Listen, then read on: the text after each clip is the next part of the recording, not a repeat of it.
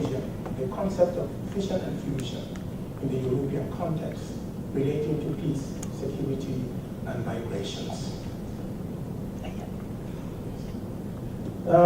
When I borrowed the science term, phrase, fission and fusion, used by Evans Pritchard in his work on the Nuer tribe of southern Sudan, it hardly occurred to me, actually, that there would be anything like Brexit, and that Britain would ever vote to walk away from EU membership. But then this is what happened, actually.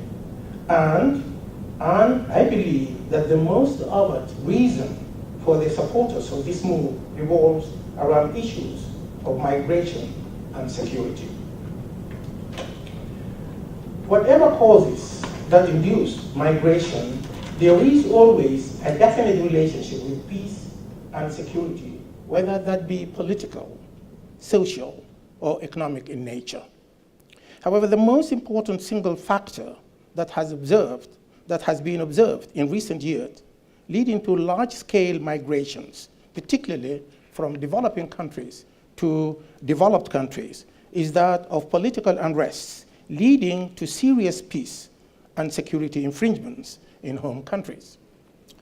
The influx of migrants to European countries in recent years has created serious multidimensional problems that in turn raise paradoxical issues within EU member countries, thus creating something like a catch-22 situation.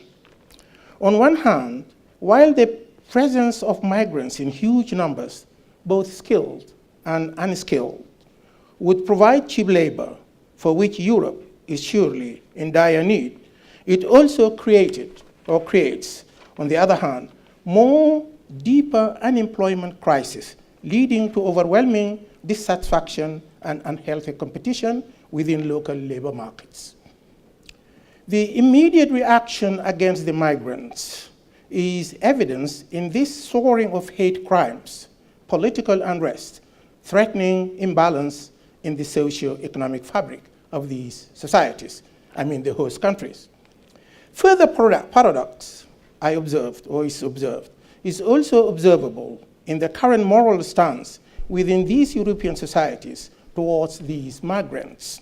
On one hand, these societies feel that they have moral obligation to help those in need, but extending help to continuous flow of thousands of migrants, asylum seekers, refugees, is such an onerous obligation that comes with serious socio-political repercussions within these host countries.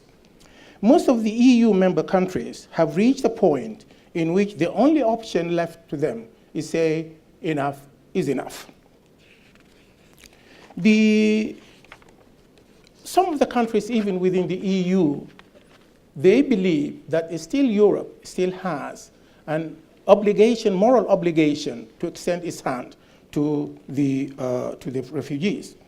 Ladies and gentlemen, it is worth pointing out that there exists a good number of international and regional agreements enforceable within EU for the protection of migrants and refugees. These laws are further augmented by customary international law norms relating to human rights, international humanitarian issues, human trafficking, right of non-nationals, and asylum procedures, among others. However, and this is a very crucial point, however, these laws seem to be inadequate in handling the current migration crisis in EU. Thus, and despite the existence of these laws, destination countries started not only to send back refugees or at times treat them in unpredictable and inhumane manners, but also have sought measures to prevent refugee advancements into their countries.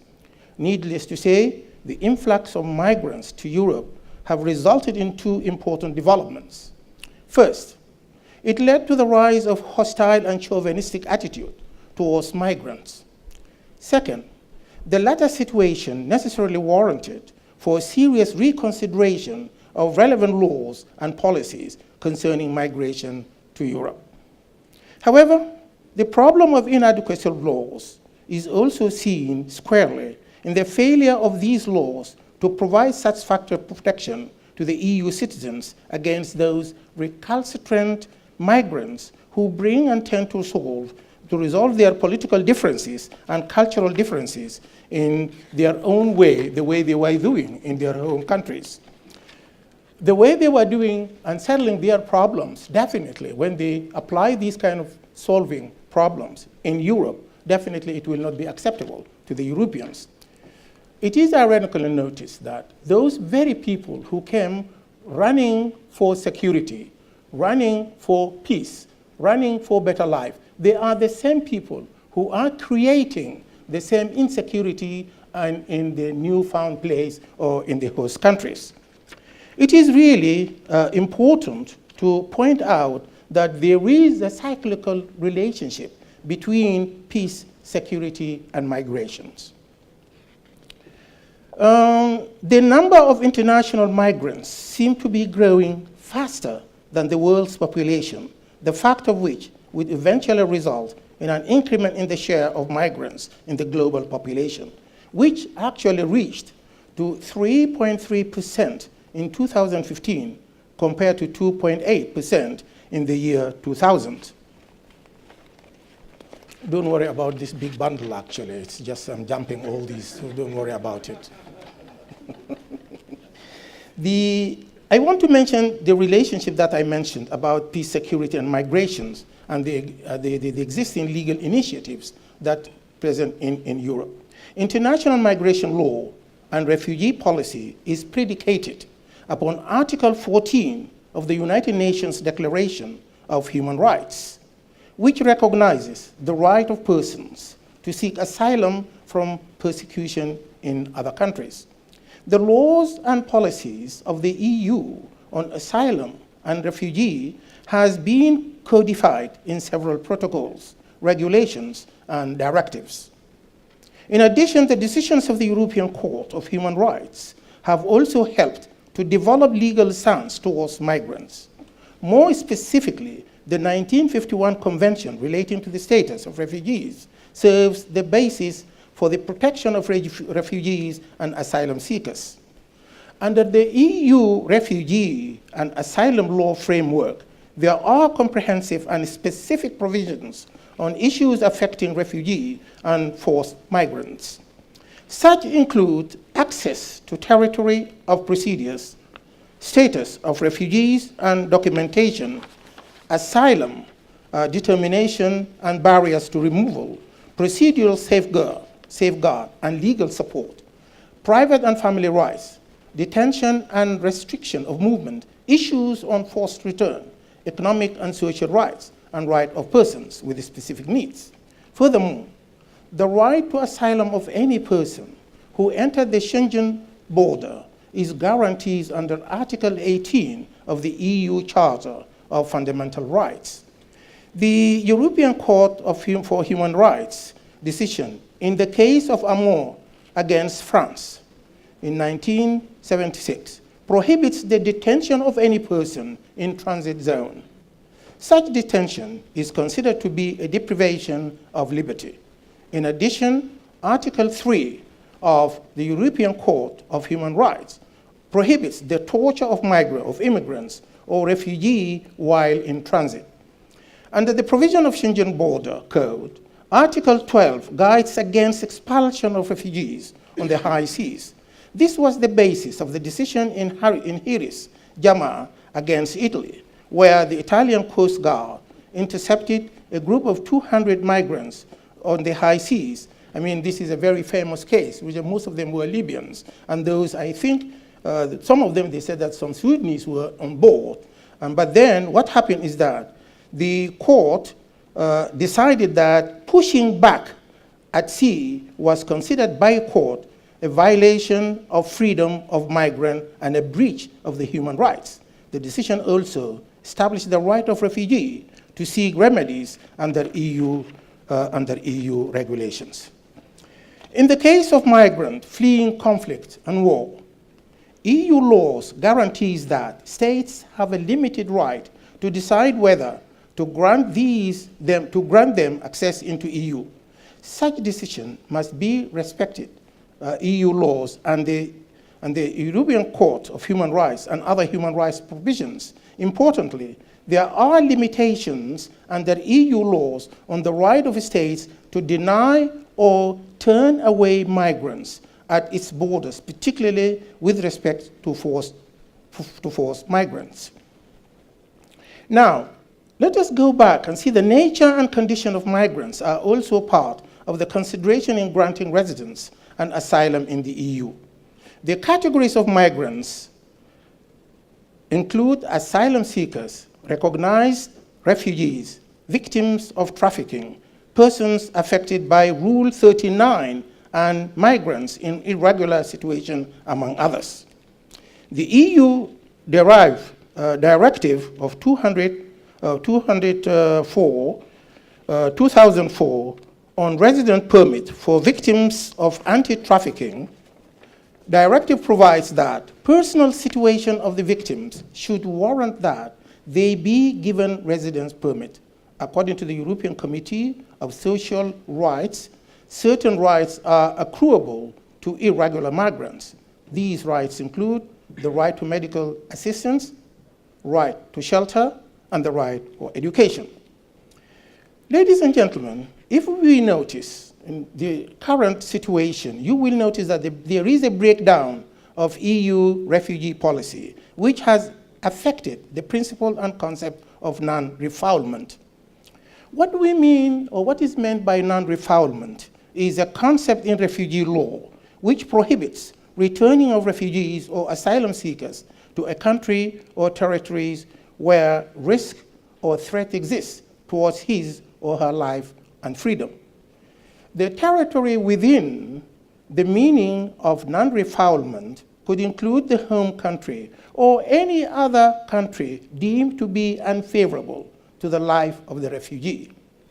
This principle, which is based on Article 33 of the Geneva Convention and the 1951 Convention relating to the status of refugees and its 1967 protocol, has been found to be a cornerstone of refugee protection.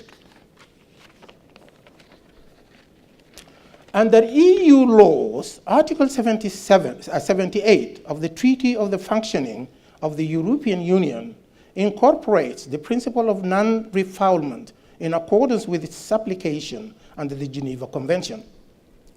With the ongoing migrant crisis, it is apparent that states in the EU are acting in violation of its own laws. It has also become clear that some of the states are actually not well equipped to cater for the influx of huge numbers of refugees. This has resulted in Hungary building a fence to dissuade migrants from its borders, heading towards other EU neighbors such as Romania and Croatia. This singular act of barring entry of refugees implied a total breakdown of the Dublin regulation that requires a member state to examine asylum applications and documents before taking any action towards them. To this end, the EU legal framework for refugees has failed, and few countries have called for the indefinite suspension of Dublin regulation on reception of refugees and asylum seekers. Also, under threat is the Schengen Agreement on border control within the EU. The violation of non-refoulement principle is another justification to assert the inability of the EU to handle the exodus of refugees. Ladies and gentlemen, the EU Commission recommendation on European resettlement scheme was adopted in 1915 after over 1 million migrants had entered the EU region in search of better life after their countries have been ravaged with civil wars and poor living standards. The general spirit of the scheme is reflected in the conclusion of the Justice and Home Affairs Council of 10th October 14, where it was acknowledged that, quote, while taking into account the efforts carried out by member states affected by migratory flows, all member states should give their contribution to resettlement in a fair and balanced manner. To actualize this, an EU-wide resettlement scheme was being considered based on distribution distribution key laid down in the EU recommendation as contained in the scheme. Paragraphs 4, 5, and 6 of the scheme provides as thus.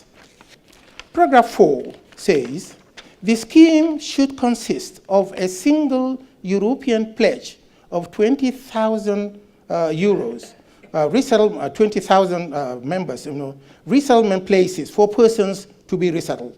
The duration of the scheme should be 2 years from the date of adoption of the recommendation. This is number 4.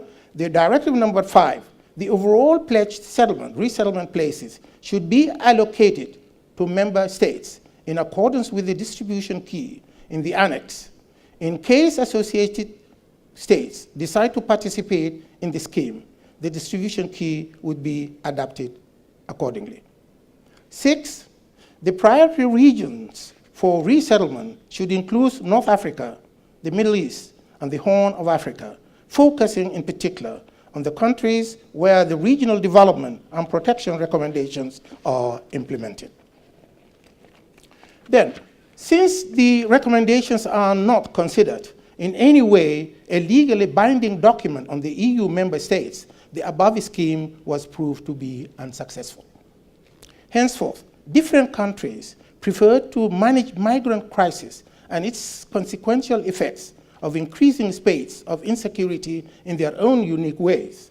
Accordingly, with Brexit becoming the first aftermath of the EU migrant crisis, it is not surprising for the EU to try to reconsider a change to the existing asylum rules by introducing a compulsory quota system. The EU members will be required to accept a specific quota, as mentioned, of refugees agreed upon in the alternative be ready to pay a stipulated penalty for the resettlement of allocated migrants elsewhere. So it's agreed that the directive says that there is a quota for each state, European state, in order to accept, say, for example, 20,000 refugees. If they fail to do so, they have to pay a fine for that. Now, the post-Brexit European migrant challenges may perhaps trigger further exits from EU and might ultimately lead to the collapse of EU if other more sustainable policies, structures, and modalities are not explored. The Prime Minister of Hungary emphasized this recently when he ominously reported that we need, quote, we need to fight to prove to people that it is possible to form an EU migrants policy that is in line with the Hungarian national policies or national interests. This is going to be a long struggle for which I will need a strong mandate, which cannot be ensured without a referendum. This is another gentleman, another gentleman retorted this, which is the Slovak Prime Minister, said, quote, he expressed the similar sentiment. We have a big problem with the proposed reform of the Dublin system. We think it's stupid because this is exactly what will keep dividing Europe if countries will be asked to pay 250,000 euros for each migrant they refuse to take. So you could see the problem that is happening within the European communities based on whatever that directives that was issued in Dublin. They call it Dublin directives. The question is whether the EU can legally prescribe a mandatory resettlement of non-citizens of a country without the consent of the parliament of that country. This remains to be answered. And of course, it's very, very interesting because this is the point in which most European countries, they are trying to it's a kind of a defiance because this is definitely touches upon the sovereignty of the individual countries. Now, what are the kind of reforms that one expects in the legal arena in order to help both sides, I mean the EU communities and those migrants? It is typical for countries to explore solutions which only benefit their citizens without necessarily considering the plight of others. And I think this is one of the points that was mentioned by Professor there, that people have to think for the others rather than you think inwardly. This has been the driving force of most foreign policies of some developed countries. Nevertheless, the repercussions of such a one-way straight-jacketed foreign policy are usually ill-informed and often reactionary. Rather than concentrating on one's country or region, it is possible to explore a two-way reform programs where both the developed country and the original home country of the migrants are targeted to manage the migration crisis. I mean, this is actually very interesting because currently we see that, say, people coming from Iraq, from Syria, from Sudan, they come here and they expect the developed countries to help. They themselves, they do not do much. They don't do much in order to help themselves. So the best thing to do, even for the European countries or developed countries, in order to help themselves, they have to develop the two-way development. Develop their own countries, and at the same time, develop the countries of the origin where the migrants are coming, so that they will try to keep them there, or at least send them without putting them into any greater risks. In almost every developed country, there are numerous highly skilled expatriates in different fields of their endeavors, as well as unskilled migrants. If both are properly handled, they could be a good addition to the human wealth of the host country. But if the same are mishandled, then definitely they could well become a menacing source to the host country's insecurity. Sending them back to their home country without helping to solve the root causes for their migration is tantamount to inviting them to return to the host country by using different entry tactics. And this happens quite a lot. You know, you send someone who is unsuccessful there, he will try until he succeeds in order to leave his own country to go to where he finds a better life. It is a fact that migrants to Europe come from countries with different social, political, cultural, and religious backgrounds. They come to Europe carrying with them their differences, and sometimes they do not hesitate to solve their disagreements, as I said before, in the most violent ways, as they used to do in their home countries.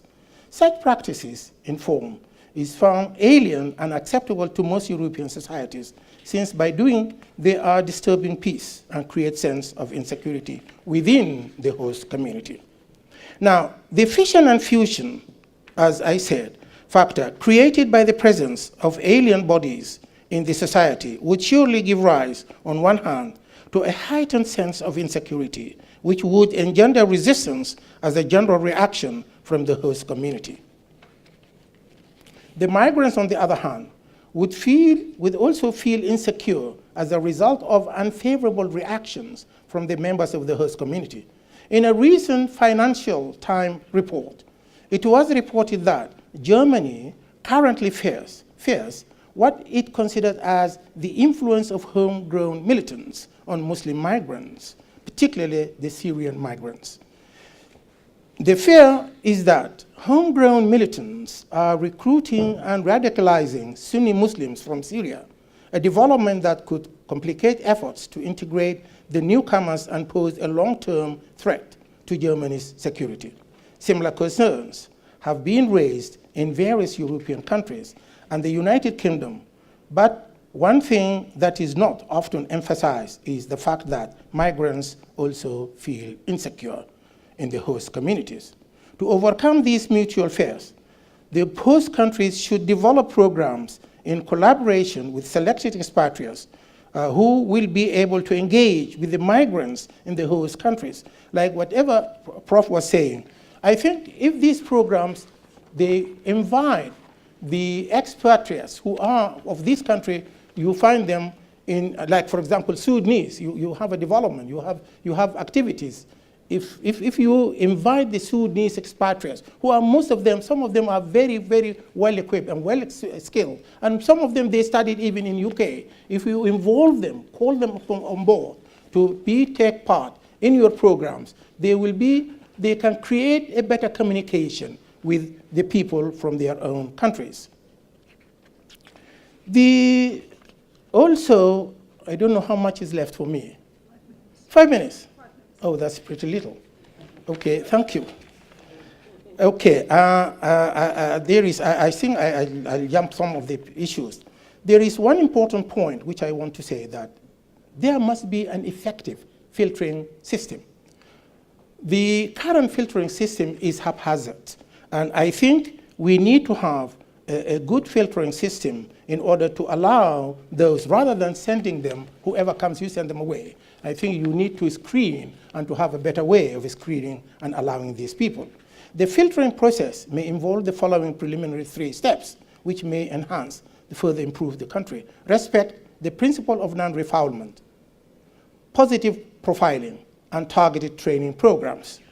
Okay, let me now jump to the conclusion.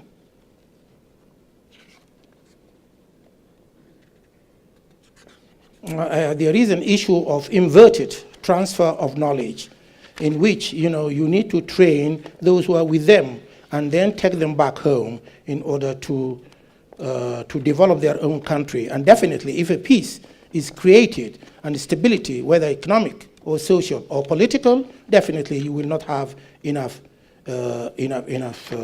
many refugees coming back. Now, if 5 minutes, I'll go straight to the a suggestion here on the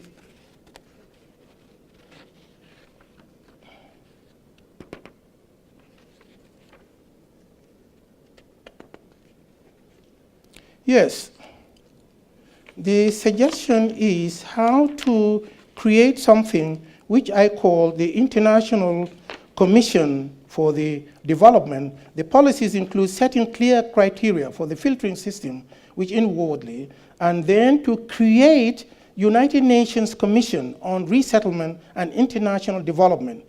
This is really very important, because if you have an independent body to recruit, to filter, to see whatever that is happening legally, I think that could be a very, very good system if that can be created by the Europeans or by the United Nations. Let us conclude this excursion by posing some legitimate, though simple questions. Most of us think that we need help, but most of us have no clear idea about what sort of help is actually needed to overcome the problem of peace and insecurity caused by the political unrest in all these countries. It is not better to tackle the root causes of the problem and eradicate the source. What should Europe do in order to protect to be protected, to protect and protect it? Because Europe needs to protect itself, and also at the same time needs to protect the refugees. There is need to seriously devise a mechanism to help these migrants to return to their home countries. It is a fact that some successful immigrants in UK or Europe countries did so well because they have obtained, it's not that they did well, it's not because they did well, and that was not because they are British citizens or Germans or whatever, but they had the capability to flourish and develop if the good environment was conducive for full of peace and security. So, in other words, if you give them the same environment that you provide them in Europe, if you make it available in their home countries, they will still survive, and they will better survive. And it is better to help yourself create this kind of position, create this kind of situation in their own countries, and definitely they will go back without any problems. Thank you very much indeed.